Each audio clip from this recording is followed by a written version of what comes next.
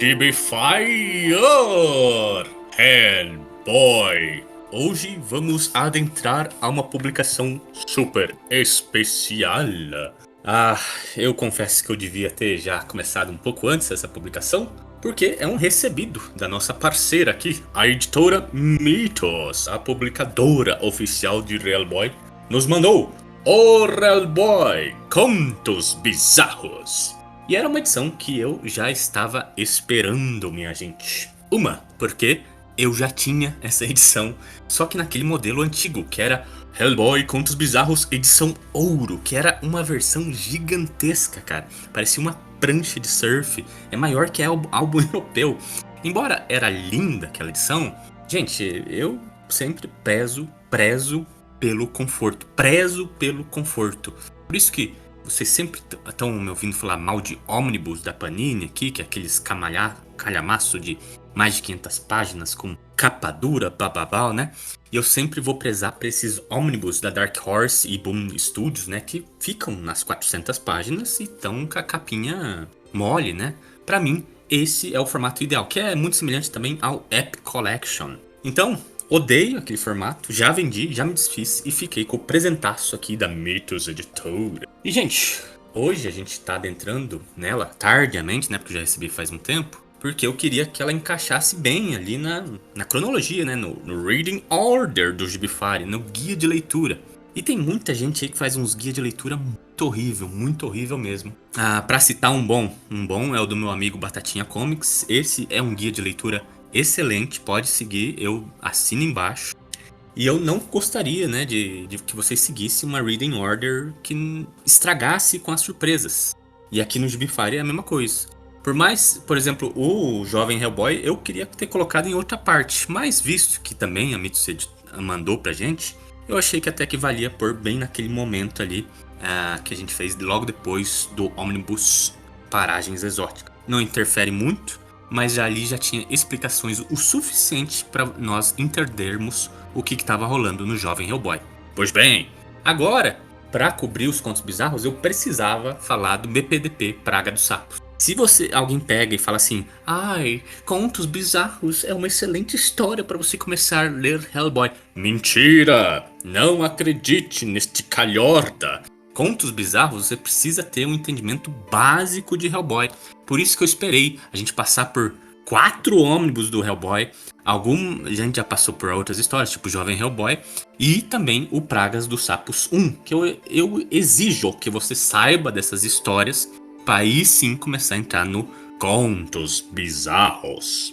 Pois bem, tendo isso em mente, o que é esses Contos Bizarros e por que eles estão fora da numeração? Gente, depois do Sementes de Destruição, depois dos Paragens Exóticas, especificamente o Verme Vencedor, eu já até fiz um programa assim que chama Hellboy. Como é que é? Ali depois de Verme Vencedor, eu fiz um programa para tentar descrever como que o universo Hellboy ficou mirabolante depois daquele Verme Vencedor. As portas para Mike Mignola não foram abertas, foram destraçalhadas na frente dele. Ele foi fazer filme, a Dark Horse queria expandir a linha, ele só ficava viajando, ele também teve uma filhinha. A vida de Mike Mignola depois de Verme Vencedor foi totalmente virada de cabeças para baixo, e de pernas pro ar, e de órgãos saindo para fora. Meu, é muita loucura. Enfim, o filme do Hellboy começou a entrar em pleno desenvolvimento nessa época, ali depois de 2002. E o Mike Mignola não tinha mais tempo para fazer o Hellboy.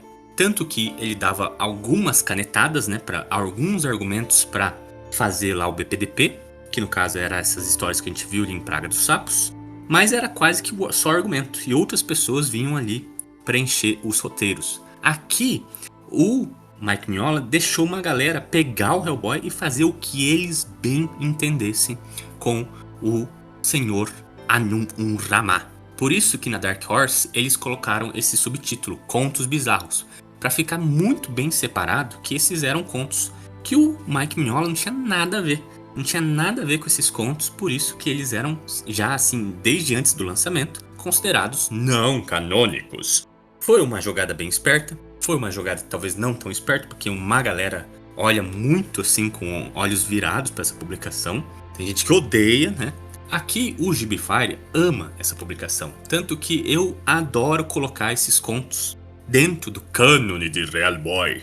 Mas não são todos, né? Tem alguns contos ali que não dá realmente pra colocar dentro dessa cronologia. Então, esses autores chegaram, fizeram histórias muito legais e eu gostaria de julgá-las com vocês aqui. Então, todo final de bloco vai ter o Canon ou não Canon, que é a gente vai julgar, né? Se essa história ela faz jus ao personagem Hellboy. Ela merece pertencer ao canon de Hellboy, né? Então, vamos seguir o exemplo, começando com a primeira história, que seria As Crianças do Monte Negro. Gente, essa é a terceira história desse encadernado e eu vou começar por ela, porque é uma história que eu não gosto. Então, eu precisava de uma história que eu não gosto para começar, então eu já fui logo para a terceira. As Crianças do Monte Negro é escrita por Fabian Nicieza. Gente, Fabian Nicieza é assim um cara assim muito conhecido, mas muito conhecido para o pessoal de X-Men, né? Inclusive eu, né? Que eu sou um cara que adora X-Men, então eu adoro o Fabian Nicieza. O problema é que ele escreveu essa merda. E eu não sei como que ele chegou nisso. Eu acho que ele já tava numa fase ruim, então... pois bem. E ela é desenhada pelo senhor Stefano Raffaele e com cores de Elena Sanjost. Ou seja, gente, mais uma vez, né? Nenhum envolvimento do senhor Mike Mignola. Se alguém aí disse que o Mike Mignola tinha uma supervisão desses contos, ele mentiu. Tá bom, tá. Eu já ouvi alguém falando aí no YouTube que o Mike Mignola tinha envolvimento nesses contos. É mentira, o Mike Mignola realmente, até no prefácio, gente, ele falou: eu deixei os caras fazer o que eles queriam, não tive nenhum envolvimento nisso. É por isso que existe o selo, né? Então, pelo amor de Deus, minha gente. Bom, e o Stefano Raffaele, né? Ele é um cara muito conhecido aí pelos títulos do Batman na DC Comics. Então, se você é muito versado nisso, também tem alguns títulos no Star Wars, né? Mas enfim, vamos à historinha. A historinha, ela se passa lá no leste europeu, onde tem um monastério, os caras discutem sobre as leis de Baba Yaga, o mito de Baba Yaga, onde você não deve mexer com a Baba Yaga. A gente sabe os desígnios da Baba Yaga, a gente só não se mete nisso. A priori, né, o padre vai passando isso, mas tem um dos clérigos ali, um dos coroinhas, por assim dizer, eu esqueci o nome, diácono. Um diácono ali, ele fala assim: não, a gente devia dar um jeito nisso, né? Quando eu era criança, eu vi essa Baba Yaga chegando no cemitério e ela quase me matou, eu tive que sair correndo. Ele já pegou uma amiga minha e a gente não devia cair nos desígnios dessa Baba Yaga, né? E o padre: você vai morrer, meu filho, você não sabe de nada. E o cara não dá ouvidos ao padre e vai no cemitério à meia-noite.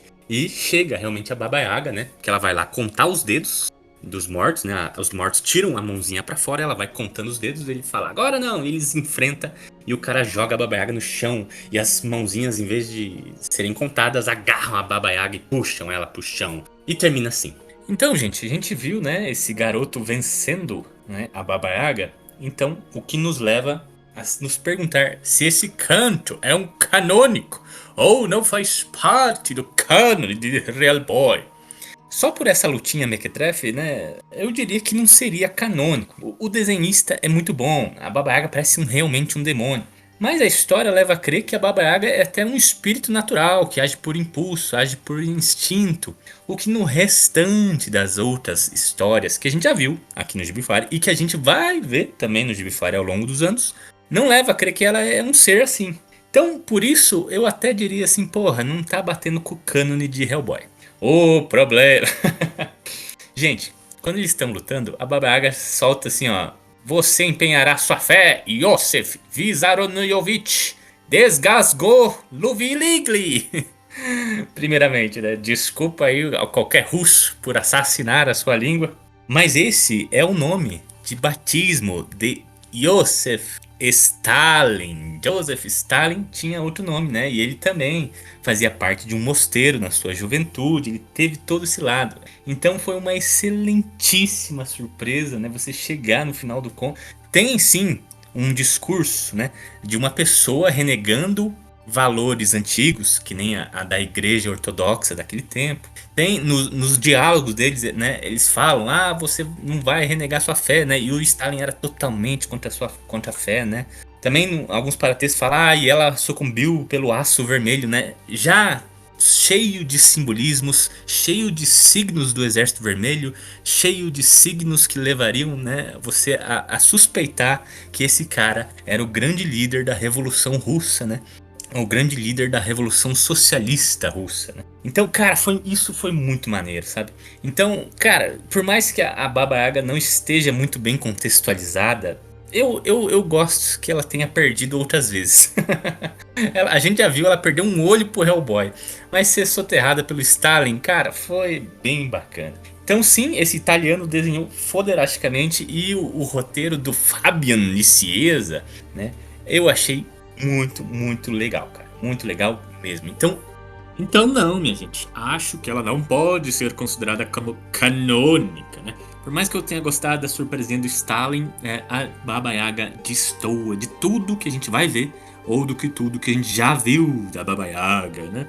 Ela devia ser um ser muito poderoso, né? Que devia dar uma sova no coitadinho do Stalin. Então por isso eu não coloco isto no cânone, no lore de Hellboy. Mas eu achei um exemplo bem bacana pra gente começar essa série dos contos bizarros com um conto que não pode ser canônico. E é isso, minha gente. Até a próxima. Se você quiser comprar essa edição, ela estará linkada no post desse podcast. Alô!